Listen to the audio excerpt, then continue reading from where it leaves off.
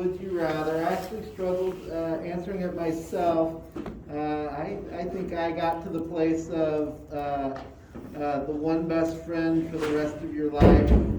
I do feel like I have, I wouldn't say they're best friends, but I have friends that live in all over the world, just from the experiences I've had. But let me see what you guys, let me see what y'all came up with. Or did I close it before you got? Sorry. No, it's okay. Most folks prefer, got a couple of C's, which are no answers, most folks prefer have one best friend the rest of your life. Cool. I thought this was a fun and interesting would you rather, given the basis of what we're going to talk about in this chapter. So let's jump into it. Bless you.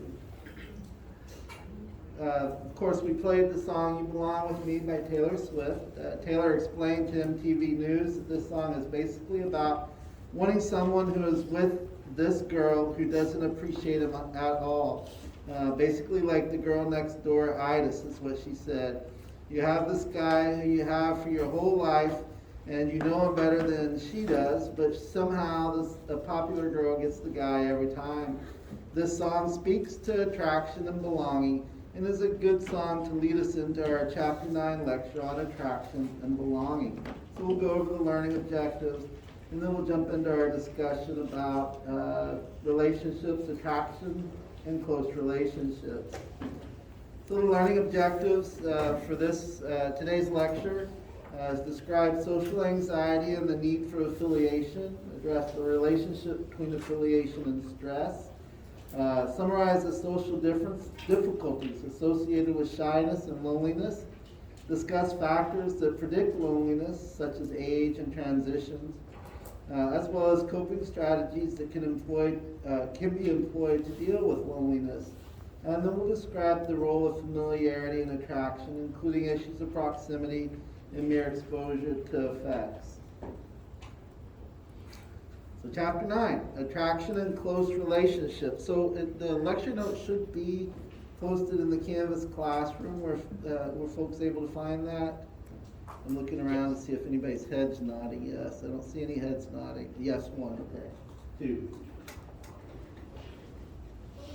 And so these are posted, it's for today's lecture. I'll post Thursday's lecture between now and Thursday. I'm a little bit behind as I spent most of this weekend grading papers, but I'll have us a lecture ready for Thursday, and I'll post that in the classroom Thursday morning. Need to belong, a fundamental human motive. And so the book starts with the question is, why are we so attracted to some people but not others? What determines how our intimate relationships evolve over time? And what does it mean to love someone? And what problems are likely to arise along the way? And these are actually questions I've had. I can think of myself sitting in particular places, whether it's my office where I'm waiting for a patient or a client or driving the car. But these are things I commonly ask. Interestingly enough, I got here early just because for some reason or another the way I go, traffic is picked up and it's getting harder and harder to predict how long it will take to get through that traffic. And so I was up here at 7 o'clock, so I sat in the Eagle Center, was looking out the window and doing some work, and one of the things I noticed as I would look up is there was a lot of couples walking around at 7:30 in the morning holding hands, whether they're going to class or not, and I just chuckled to myself, and I was like, I asked myself, is this because this is where my mind is? I'm thinking about attraction, so I notice it, or are there actually more couples walking around this morning than I've seen previously? I don't know, but that kind of gets into this question as we begin this chapter. Why are we so attracted to some people and not attracted to other people? So the need to belong.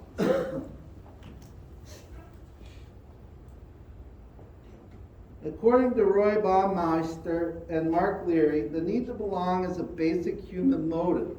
It's a pervasive drive to form and maintain at least the minimum quantity of lasting positive and significant interpersonal relationships. And this general proposition is supported by everyday observations and a great deal of research. All over the world, people feel joy when they form new social attachments and react with anxiety and grief when these bonds are broken, as when separated from a loved one by distance, divorce, or death. One of the things I'll just say is, anecdotally in my experience, because social media, it's hard to get a context of what's in there. You see a snapshot, and you don't really have the context. Now, I will say, I have seen and worked with a lot of people that have saw things on social media from someone they thought something differently of, and just the lack of context or explanation has led them to grief, because there was not a whole lot of context, and sometimes what was going on was accurate, and sometimes what was going on was not accurate. But I don't think that was mentioned in the book, and I was like, yeah, that's something that's pretty dominant now. Now, the book will talk about online dating and relationships, and we'll get into that in a little bit.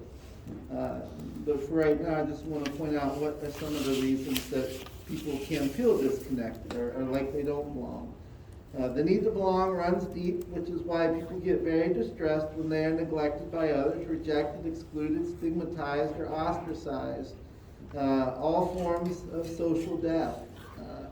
And so, again, most of us in here understands what it's like to have been rejected, excluded, or stigmatized, or ostracized in some ways. And again, social media does, and I'm not here to attack social media, I'm just saying it can be a place where people take less responsibility.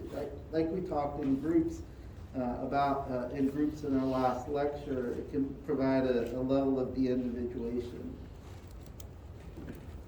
So speaking of social media, this is a table right out of the book, and it talks about how many friends people have. And in 2006, they were saying the average number of friends on a social media network, which is Facebook, was 137. Now in 2009, the average number of friends was 440. I know in my generation, my friend group, about 2009, everybody was getting as many friends as they could to kind of compete with each other to see how many friends, who could have the most friends. And after about 2009, that dropped off, at least for my generation. People were no longer, actually a lot of my friends left social media around that time. I don't remember what was going on in 2009 and 2010 that would make that happen. But I do remember that. But the point of this is that about the average number of friends people have on a social media network in 2009 was 440. And it shows how this grew from 2006, where it was only just 137.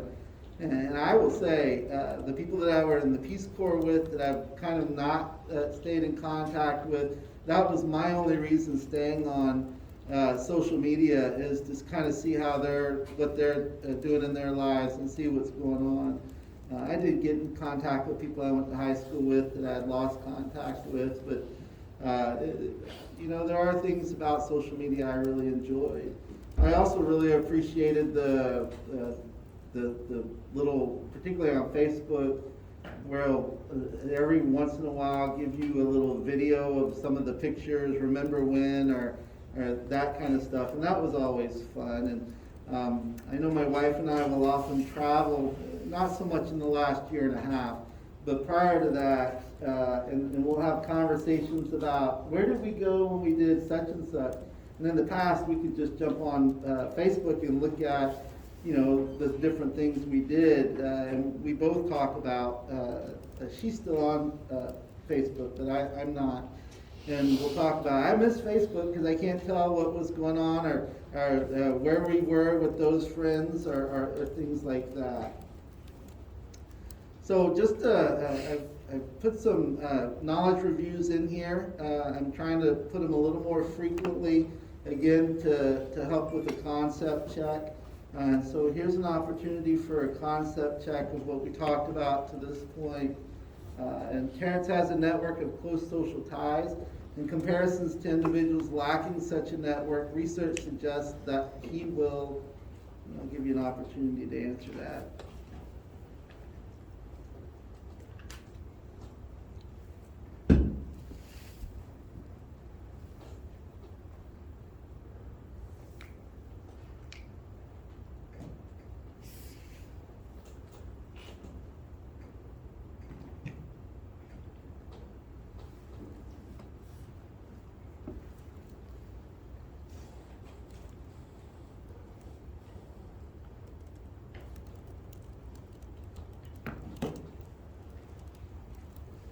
And I'll stop it at 1 minute.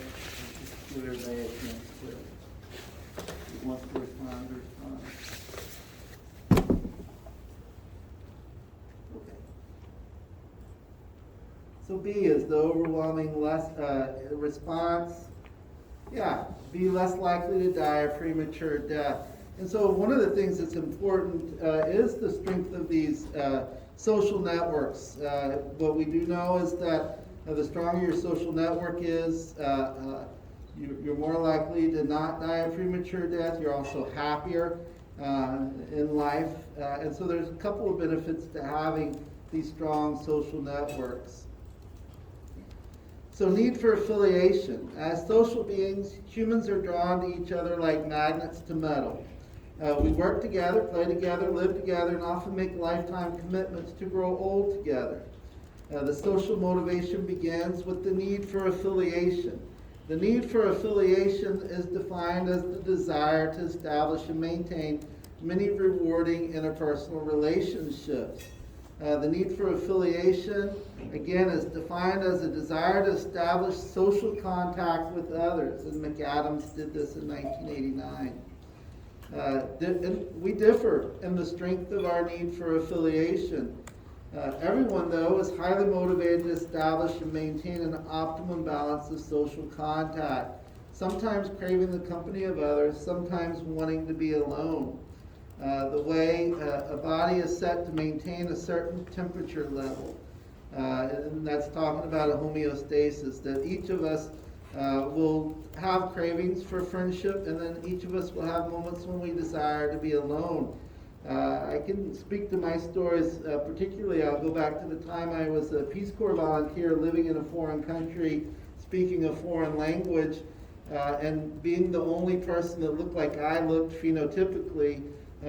Oftentimes I craved the company of someone that had some similar ideas or thoughts that I did, mostly to speak my native language, because again, even though I was bilingual and I was pretty fluent, I tested out at advanced, when I tested at the end of my service, advanced fluent is what the specific test was. I'm not that anymore. But there's just things that you want to say in your language of origin, and this goes for most bilingual folks, that you can't quite express in another language. Particularly, and it's nice to just kind of sit and have that conversation. And so I can remember these cravings of just desiring to have a conversation about nothing, but to be able to laugh and kind of not trying to translate that language into my language and then my language into that language and then say it back to a person. That was a difficult process at times. But we all crave these company of others. Sometimes we don't. And that's what's happened over the last year with the COVID social isolation, is that we're finding that people are desiring these spaces to get away from their family members, not because they don't love them or because they don't care for them, but particularly in the United States, having this personal space is very important for us. It is part of how we are raised in this country. And so being able to have a closed door, being able to go out of the house and not be on top of people all the time has become a strong desire over the last year and a half of people. But specifically, the research talks this way.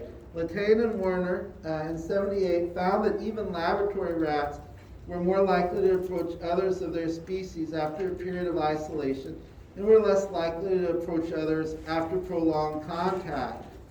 These researchers suggested that rats, like many other animals, have a built-in sociostat.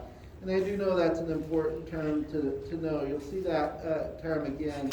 And this is just a social thermometer, thermostat, to regulate their affiliative tendencies. And the sociostat is just this idea of there are times I crave to be with other people, and there are times I crave to be away from other people. And there's just right degrees. Some people, what they say at 68 degrees is the ideal temperature at night to sleep at for the most optimal sleep. And so we all have an ideal temperature that we function in. And so just like that, there's this idea number of connectedness and distance we need with other people. Sean O'Connor and Lauren Roseblood in 96 recruited college students to carry portable beepers for 4 days. I thought this was a very interesting study. And so whenever the beepers went off, on average every hour, so they set these beepers to go off, and this tells you the technology, 1996 and beepers.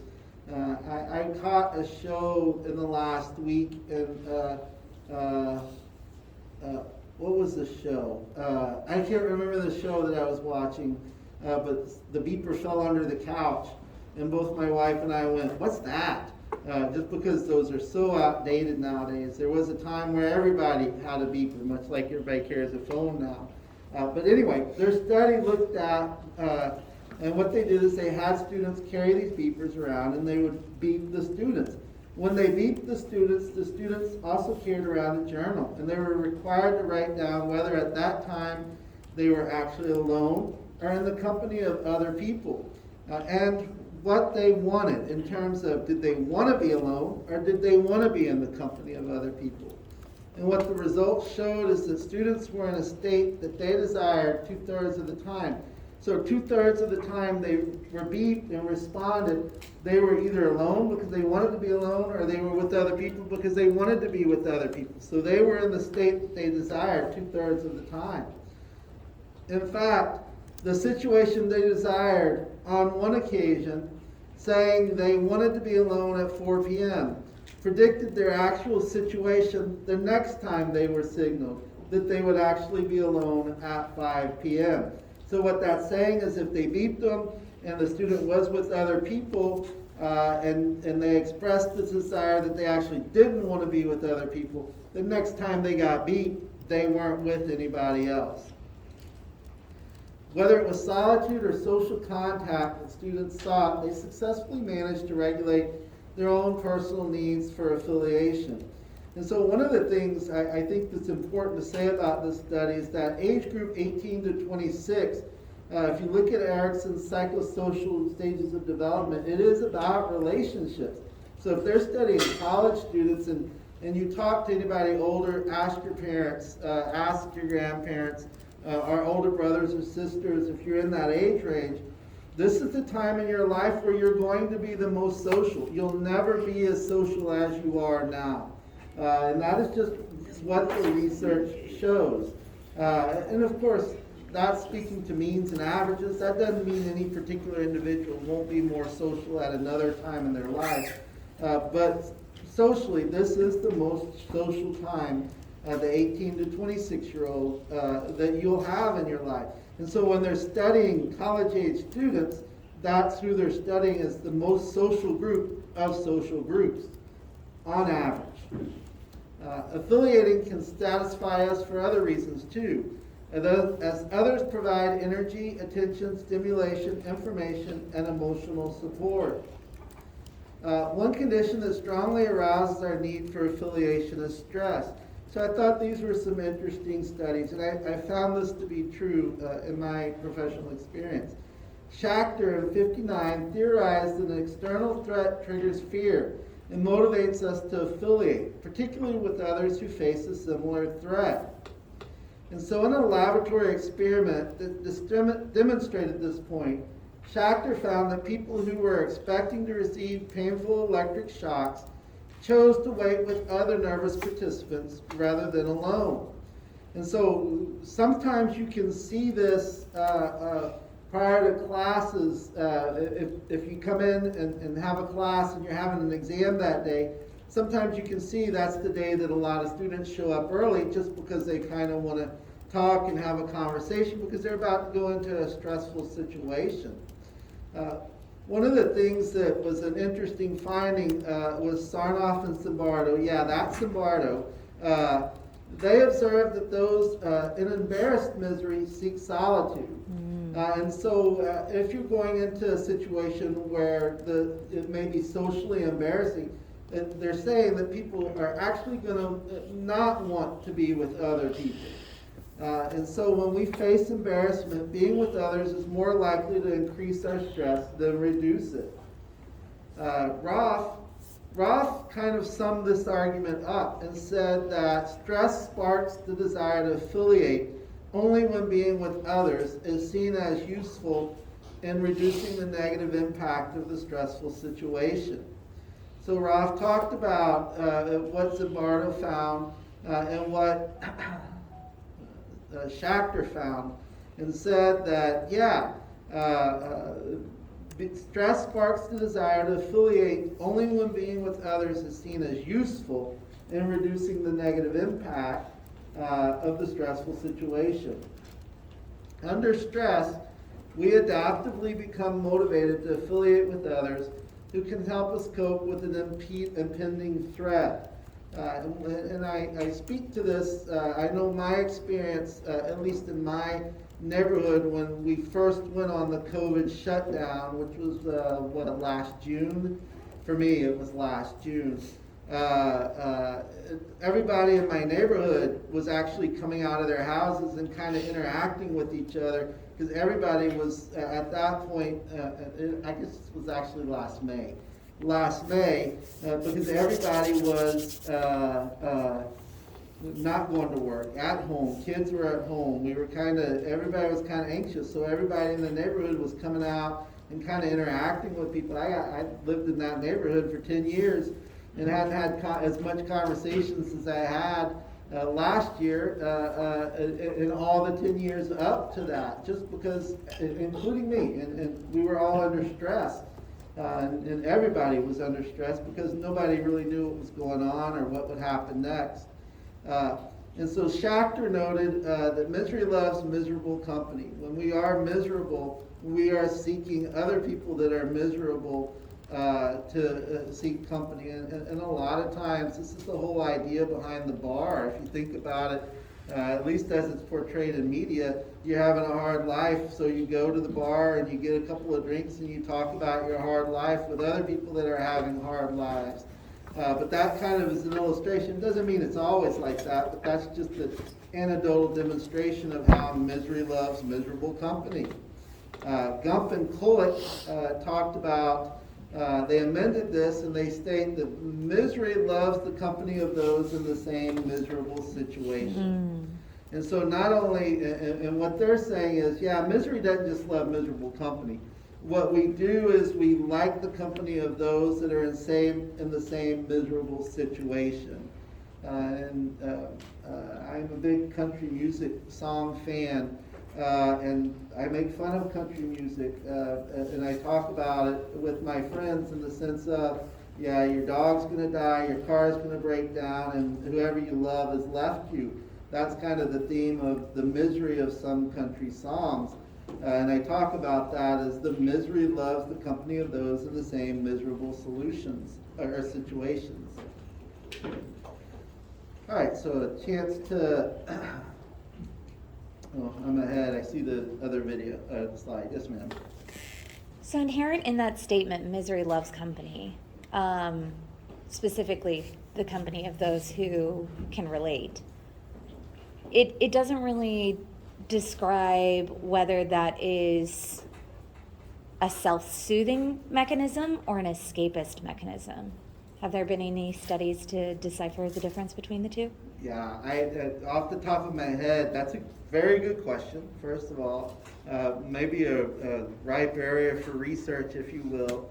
but off the top of my head, I can't think of any research that has spoken to that. I can speak to it anecdotally as someone that practices with people that come to therapy and when they're in that miserable spot. So the things we do to distract ourselves, and there is actually some research that talks about this, and Albert Ellis more specifically talks about the things we do, and it is the shopping sprees, it is the engaging in sexual behaviors that's deviant from our norm. It doesn't mean just engaging in sexual behaviors, but deviant from our norm, and it's also using substances. And I can't criticize substances too much because I have my coffee and my tea that I use quite a bit. But those are the ways we distract ourselves from misery.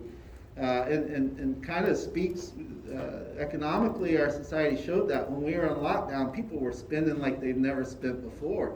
I know I went Amazon shopping a lot, and so that's really speaking to the end of me.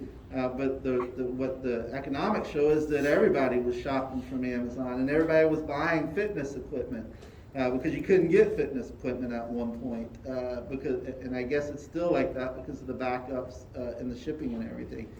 But what people do seek is there are those folks that get in the spot of just distracting themselves, and they'll do that so much that they'll lose everything they have, whether it be an addiction or a shopping spree or this deviant sexual behavior. And all that means is perhaps you're married and you're having an affair, perhaps you're monogamous and now you're being polymorphous.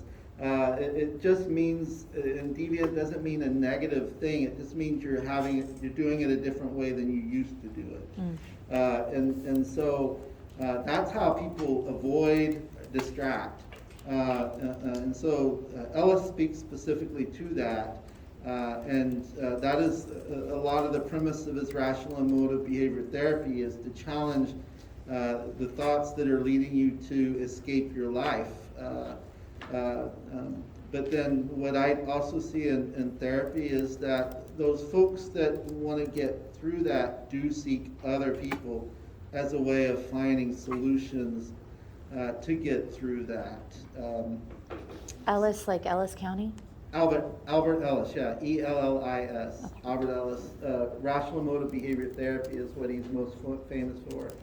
When you take your theories of psychology class, he's going to be one of the main people you speak about when it comes to the cognitive science. Okay, so loneliness and a lack of power. Oh, two questions. Yes. I just wanted to comment. So on the quote, to me the difference between misery seeks out miserable company is that the way that you avoid things usually does not involve other people. Like even if you are seeking extramarital relationships, it's not usually about that other person. Right. That's It's exactly about you. Yep. Whereas the connection, even if it is miserable company, that in that connection, I feel like as human beings, that's where we seek healing, essentially. So. I think that's well said. Yeah, thank you.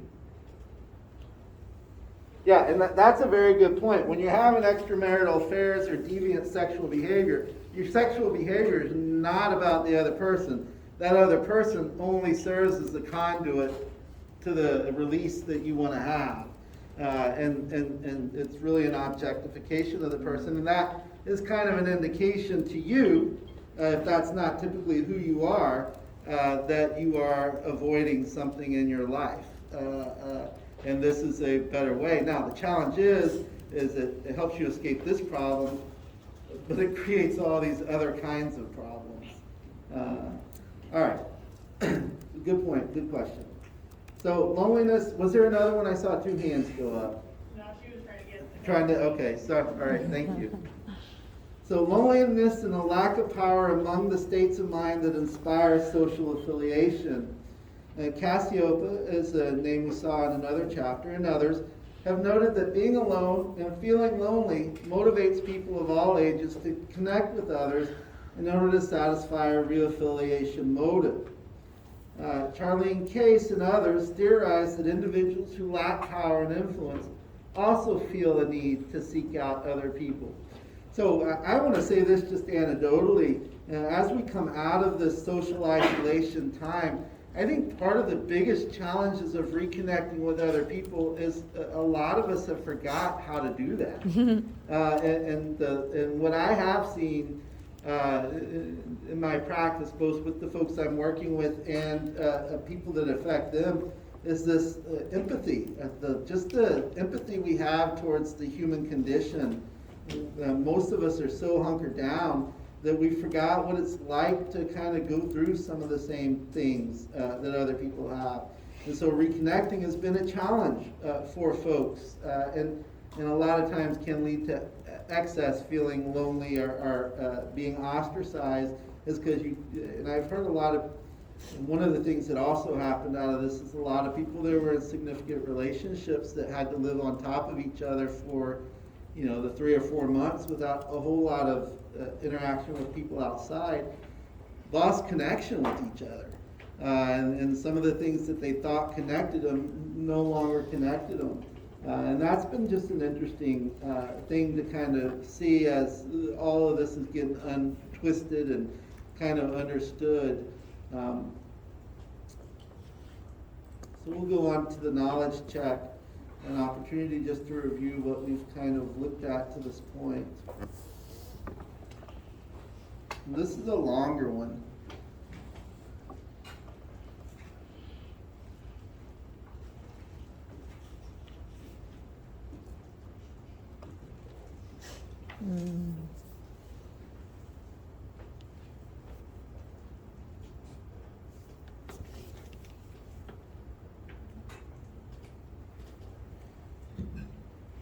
That's a good question, especially not having the same things available to you post-pandemic or during pandemic as opposed to pre-pandemic. How do you recreate ties with people you've become distant with? Yeah, so I will answer that question because I think that's a great question. But let's get this one done. And Sorry. I'll answer that, and I'll say it out loud so everybody can hear. All right, I'm going to stop it about a minute. What are folks saying? C is the overwhelming answer. Yeah, Rof is the one that is describing this. And here I put down what his theory is, that stress sparks the desire to affiliate only when others are seen as useful in reducing the negative impact of the stressful situation. And I can speak to a lot of situations where I've worked with people that were part of disasters and how they kind of came together in these situations. So let me answer your question. So say your question again. So after the pandemic has created distance or disconnect, particularly with activities that you used to be able to share with people that during pandemic you cannot share with them. How do you recreate those ties? Yeah, and I think that's a challenge.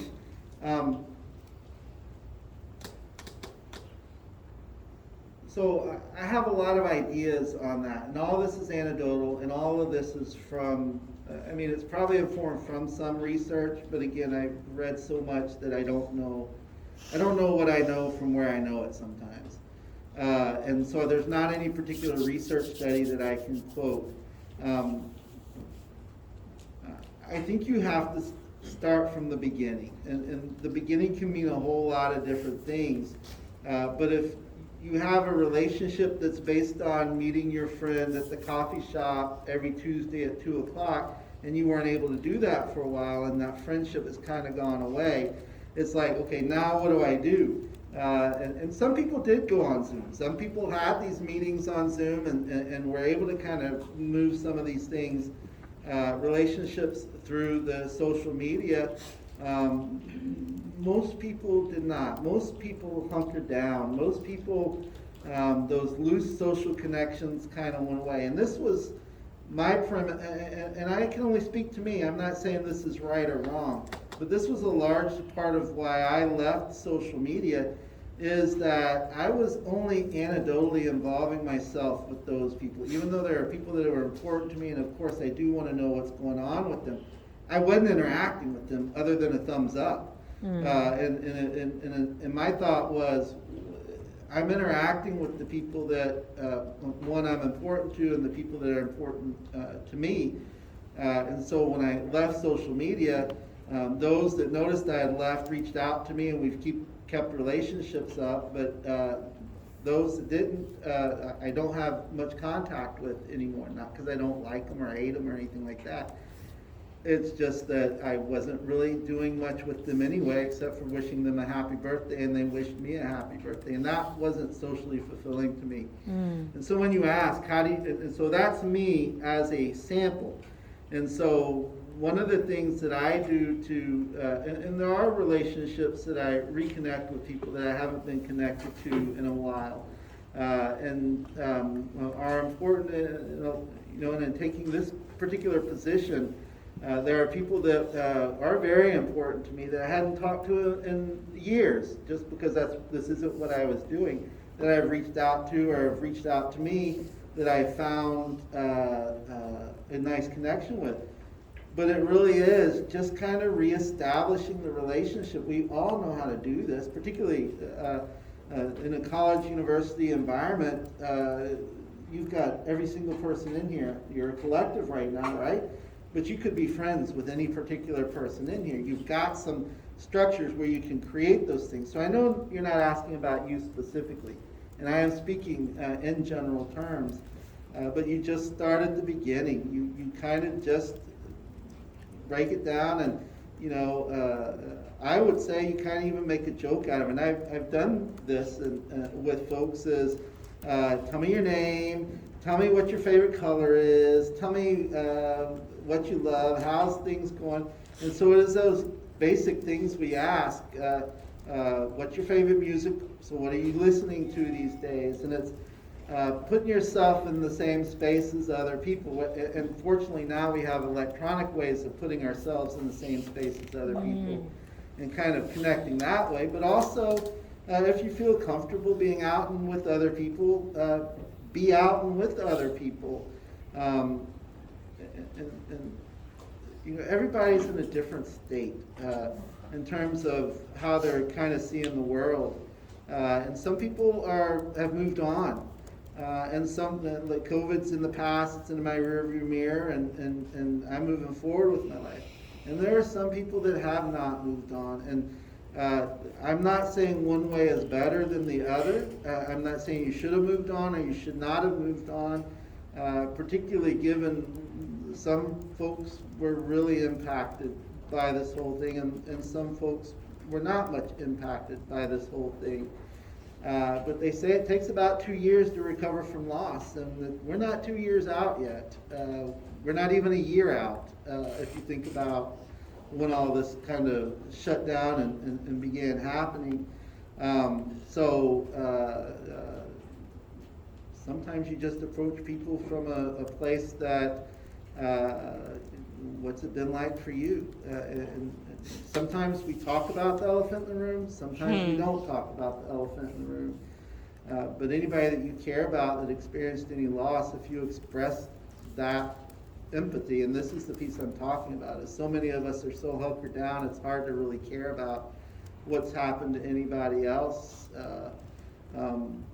And so I think as you repair relationships, come from an empathic perspective. Try to understand the world through that person's eyes, and be with them as much as they want you to be with them. And again, like we talked about earlier in this chapter, sometimes we want to be with people and sometimes we don't. So that's how I'd answer the question. It's a long, convoluted answer, but from a mental health person's perspective, that is what I would say. That's what I say to the folks I work with. The biggest thing I see is if you just offer a hand, whether that be a hand on the shoulder, a hand to help someone up, a hand on the back, or a hand to pull someone into a hug. I think if you do that, that then creates whatever relationship you want to have created. And it's hard to do, particularly when we're told stand 6 feet apart. And that's a reality of where we are. So it's figuring out how to offer a hand that you can also respect the 6 feet of distance for those that aren't comfortable getting any closer than that yet. Does that answer your question? I know I went off on a tangent. Any questions before I move on? The agony of loneliness. So we've all felt this. I want to point this out. That there's such a negative stigma associated with loneliness. If you're lonely, it doesn't, and I think this is an important piece to remember. It can mean a person's going down the path of taking maybe perhaps suicide, but it doesn't mean that's what's going to happen, because we all, very part of being a human being is experience loneliness. So shyness. So people who are shy find it difficult to approach strangers, make small talk, telephone someone for a date, participate in small groups, or mingle at parties. Roughly 49% of all Americans describe themselves as shy. 49% are shy, 51% are not shy. 30% of folks from Israel, 40% of folks from Germany, 55% in Taiwan, and 57% in Japan describe themselves as being shy. For people whose shyness is extreme, the result is a pattern of risk avoidance that can set them up for unpleasant and unrewarding interactions. Kagan in '94, as well as some others, found that some infants are highly sensitive to stimulation, inhibited and cautious shortly after birth. In other words, they are highly sensitive to stimulation, they're inhibited, and they are cautious shortly after birth. These are all characteristics, according to Kagan, of shyness. In other cases, shyness develops as a learned reaction to failed interactions. In other words, interpersonal problems of the past can ignite social anxieties about the future. Anybody that's watched The Bachelor or Bachelorette, one of the things that constantly comes up is the person's baggage. And a lot of times that baggage is a result of these other interpersonal problems. That doesn't mean the problem is within you. That just means that problem existed in that relationship. But it's always an interesting second or third or fourth episode of those shows. Not that I know. I'm not saying that I watched that show. But it's always an interesting thing that comes out in one of those episodes. They start talking about people's baggages, and particularly the Bachelor or the Bachelorette's baggage, but then they start talking about people that they are particularly interested. And I use that show because it's just an easy way to demonstrate the concept of baggage. We all have baggage. We all carry our baggage with us everywhere we go. Some people have a little carry-on bag, and some people have these big old huge suitcases. That doesn't mean anything other than it can influence the way a person interacts in their relationships, and according to this concept, influence these concepts of shyness, if you will. You're shy from being able to interact with somebody because you don't know how they're going to react. And so there's situational shyness, even though that's not what the book's talking about. And then there's a trait of shyness. So there's an interesting research that the book talked about. And again, I do want to emphasize when I see these fMRI research projects, because this is such a cutting edge level of research. But using fMRI, researchers have recently observed that people who are shy, compared to those who are bold, exhibit greater activities in the amygdala. This is the region of the brain responsible for fear processing. And this occurred, the research occurred when they showed pictures of strangers. A caveat to this concept of shyness is, to most Westerners, shyness is a weakness to overcome. So that's an important concept to understand. To most Westerners, and what I would say is more to those that are from individualistic cultures. And you remember that slide we showed that showed Australia and the United States way out on the end. Shyness is a weakness to overcome.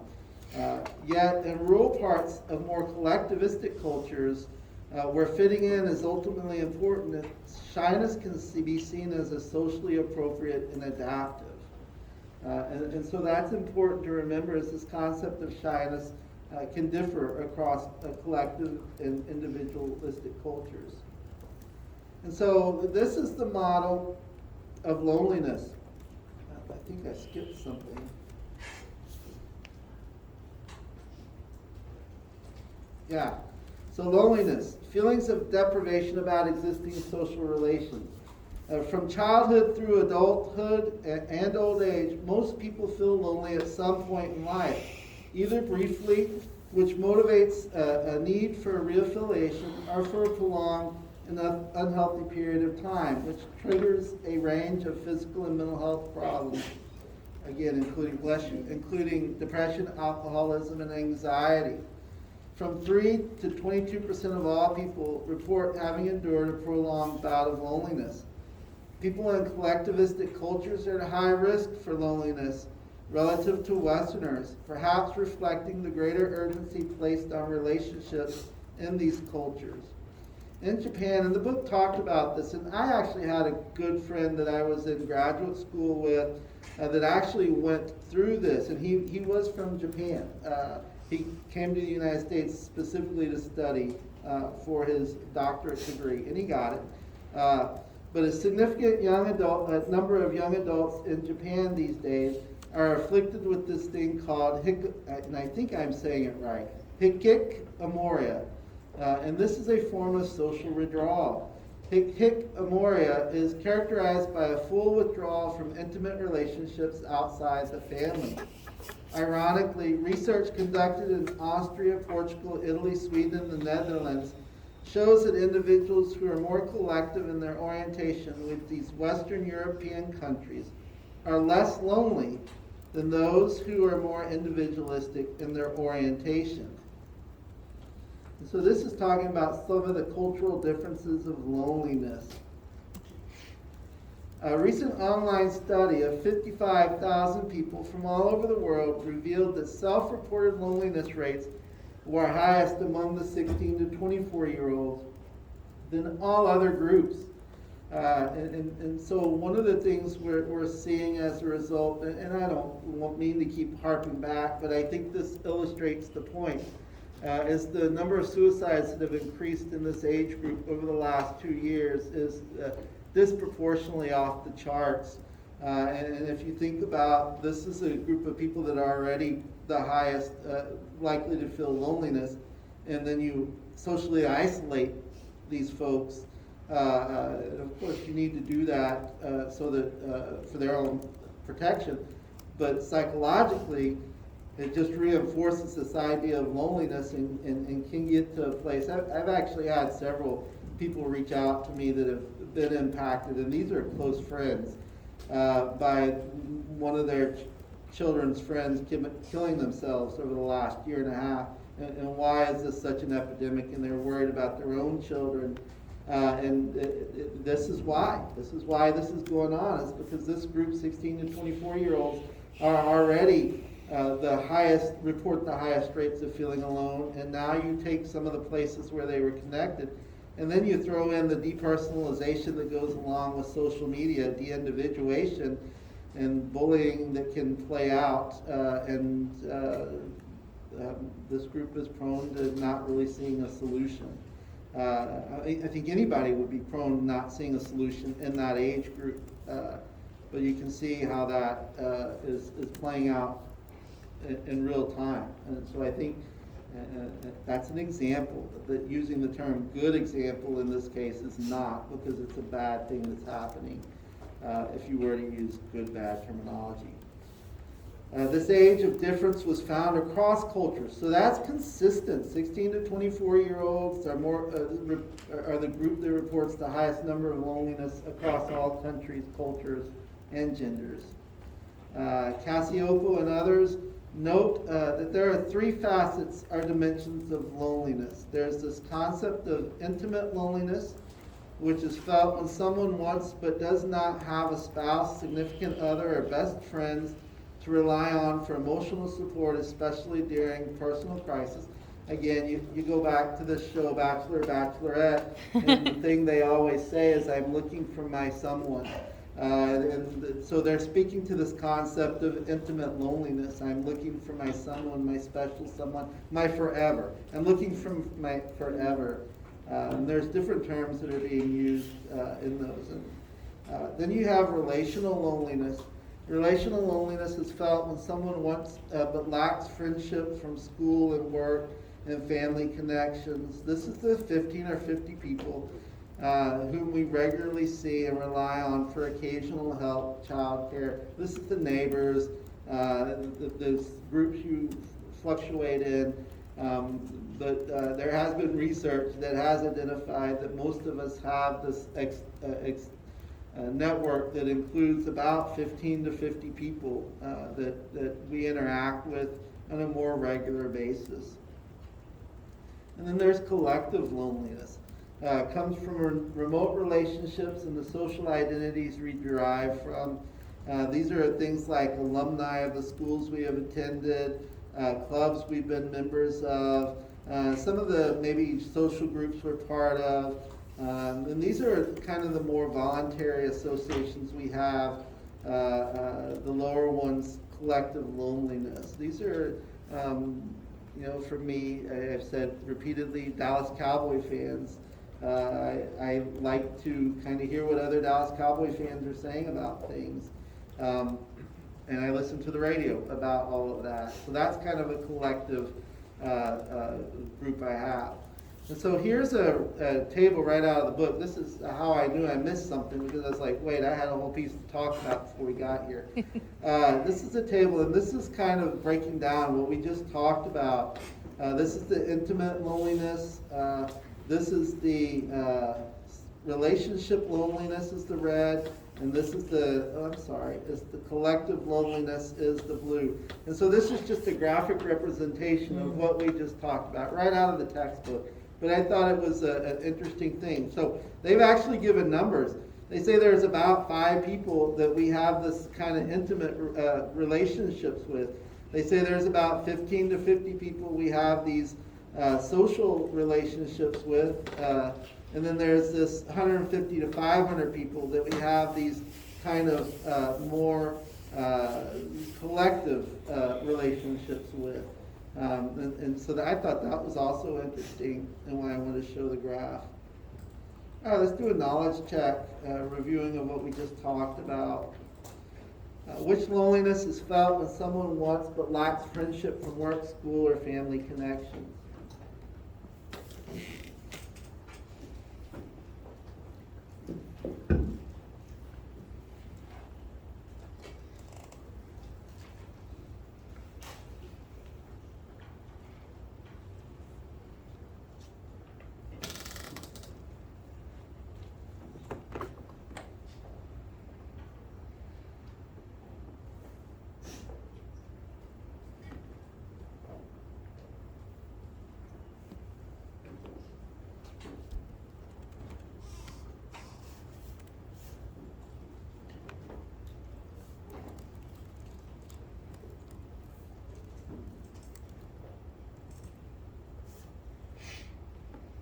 I'll stop it right about 1 minute.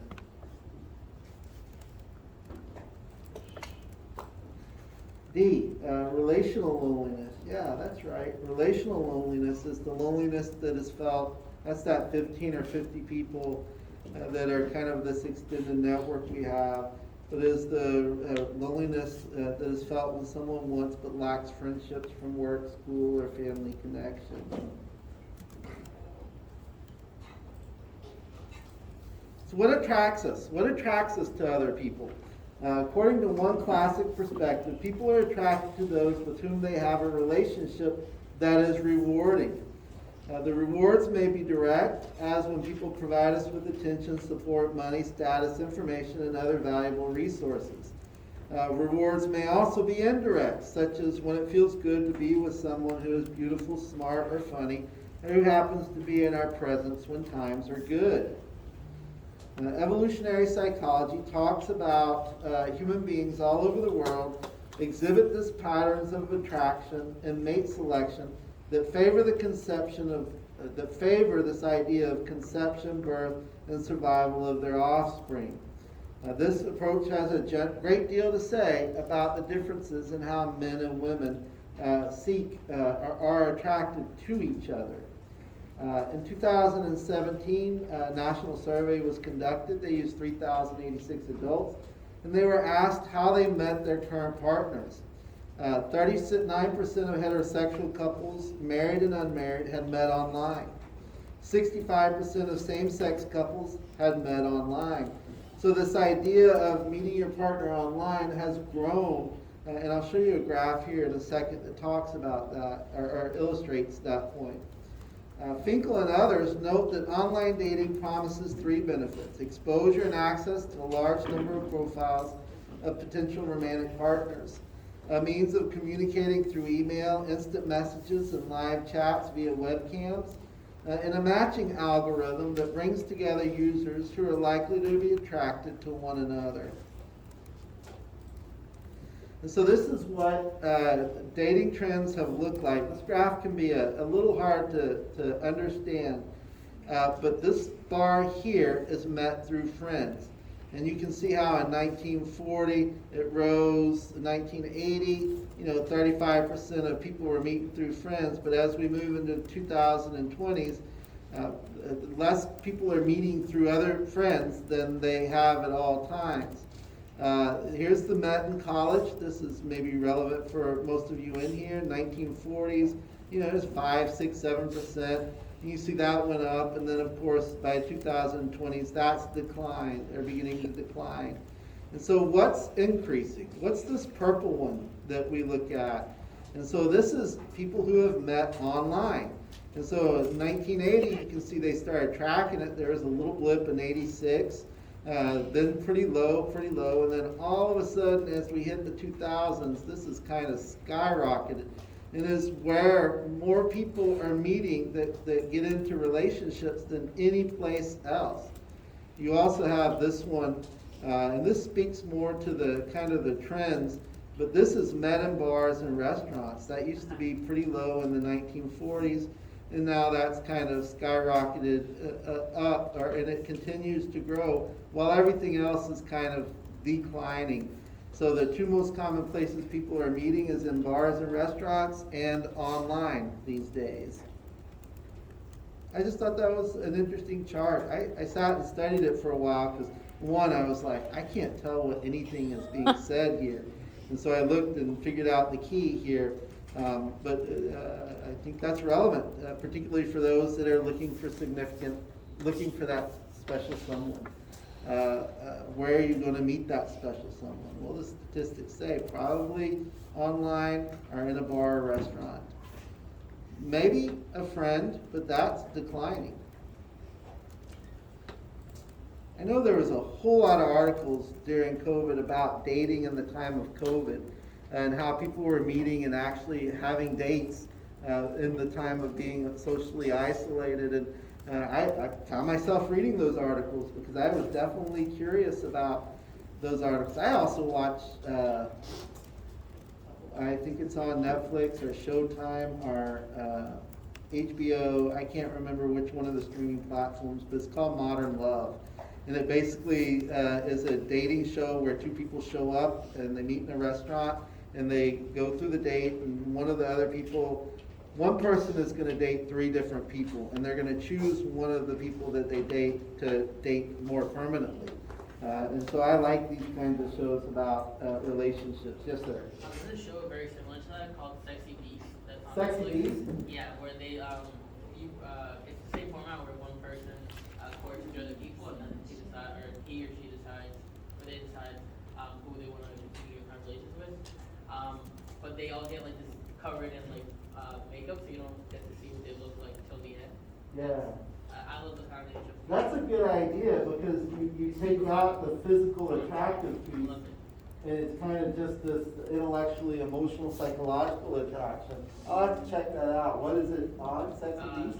Yeah, the show's called Sexy Beast. It's on Netflix. Netflix, I'll watch that. I like to watch those kind of shows when I sit in airports or travel or places that this morning when I was sitting in the youth student center, I was people watching. I like to people watch. I think you find that to be a true characteristic of most psychologists. Also, interestingly enough, most psychologists are introverts. There's actually research that has looked at that. Yeah, and that's what everybody says, but most psychologists are introverts. Interestingly enough. I don't know why that is. I haven't seen the research that says why that is. I've just seen the research that says that is that way. All right. So familiarity. So people are most likely to become attracted to someone they have seen and become familiar with. In 1932, sociologist James Passard examined 5,000 marriage licenses in Philadelphia. And they found that 17% of couples had lived within one city block of each other. 31% lived within 4 blocks, and 80% lived in the same city. And so it talks about proximity being important. So Festinger, in his countries that actually politically didn't have the same ideas, for example, like China and Taiwan. And there's a lot of conflict between folks that are from China. And actually, there's a lot of conflict between the governments. But what we found out is that doesn't always play out in the citizens. That's true of us from the United States. When we travel, we interact with people. We can and be friends with people that our country is at odds with. And so this was also something that played out in that experience. In addition, and this was in 2000, is when I did my research, but it was consistent with the findings of Festinger in the fact that college folks that live in the married student college housing, and they found that people were more likely to become friends with residents of nearby apartments than with those who lived further away. Later research showed, too, that college students who lived in off-campus apartments, dormitories, fraternities, and sororities tend to date those who live either nearby or in the same type of housing. In a field experiment on how people can become friends by chance, researchers randomly assign first-year college students in a psychology class and to their seats for the semester. And those who happen to be seated nearby or even in the same room were more likely to rate each other as friends 1 year later. And this is what the statistics look like. It's a nice table out of the book. Friendship intensity for those that have no physical relation is not as high. But for those students that seat in the same row, relationship tendency is a little bit higher. And for those that sit right around you, the relationship, friendship intensity is the highest. And so this is kind of a graph of that, is that how we move into relationships has as much to do by our proximity to each other as anything else. And then you've also got this thing called the mere exposure effect. And this phenomenon whereby the more often people are exposed to stimulus, the more positively they evaluate that stimulus. So this is a science who we talked about a lot in the last chapter, found that the more often people saw a novel stimulus, whether it was a foreign word or a geometric form or a human face, the more they came to like it. The mere exposure effect can influence us without our awareness. Moreland and Scott, so basically what's that saying is that you're more likely to have a relationship with someone in this class than you are to have with someone that did not sit in this class with you. Now, I'm just saying that whether you interact or not, you see each other, you've been exposed, and whether you're consciously aware or not, you're more likely to be attracted to that person because you've seen them than you are to someone that's not sitting in this class. Now, I'm not taking your other classes into account, but this is a relatively large class, and so just by having sat in here over what will be 15 weeks, 30 class periods, somewhere around there, you're more likely to be in a relationship with someone in here. And that's called the mere exposure effect. That's what we're speaking to, is the mere exposure effect. And so they actually did some research on this. Richard Moreland and Scott Beach concluded frequency of exposure sparks attraction. He had Confederates attend the class and observed that the more the students were exposed to the Confederates, the higher they rated each woman on various traits. And they particularly had 4 women be the Confederates, and one of the women just took her photo and it was shown in the class, and then each of the other women went to class a certain number of times. And what they're saying is that the more they were exposed to that particular woman, the higher they rated that person on popularity, honesty, intelligence, and physical attractiveness. They didn't actually interact with this person. They just saw them frequently. And they recorded their beliefs about how much they would like her and enjoy spending time with her. And this is both male and female students, and want to work with her on mutual projects. And so this is the exposure effect. And Reese and his colleagues observed familiarity breeds attraction. They recruited 110 same-sex pairs of college students who did not know each other to chat freely by email using anonymous screen names, once, twice, 4 times, 6 times, or 8 times in a week. When the participants were asked to rate how much they liked their partner, remember, they're chatting anonymously. Ratings increased the more interactions they had. So the more frequently they interacted, the ratings increased.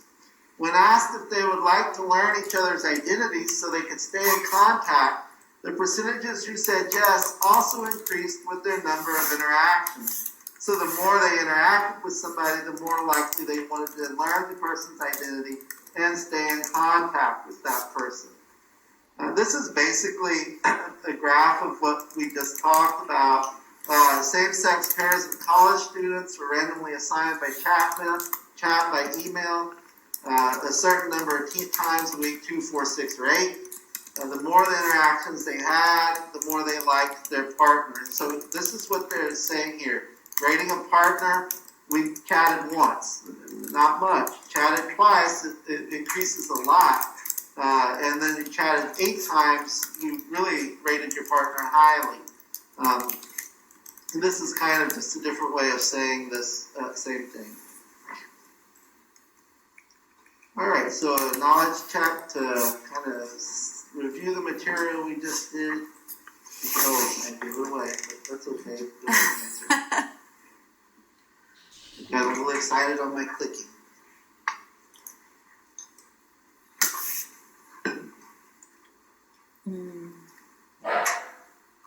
This was on the quiz. Yeah, all these questions are right out of the quiz page. Some people will have seen them, some will not, and are likely to be in the test also.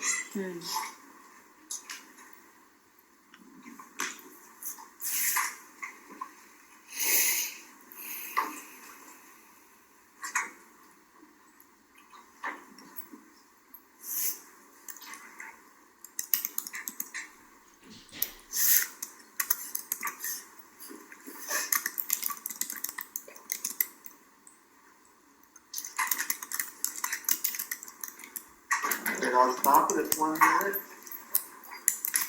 The results are D. A person who came, I guess because I already clicked it. A person who came to your social psychology class 15 times. All right, that's it for our lecture today. Have a good couple of days. Enjoy the fall weather. I'll see you on Thursday.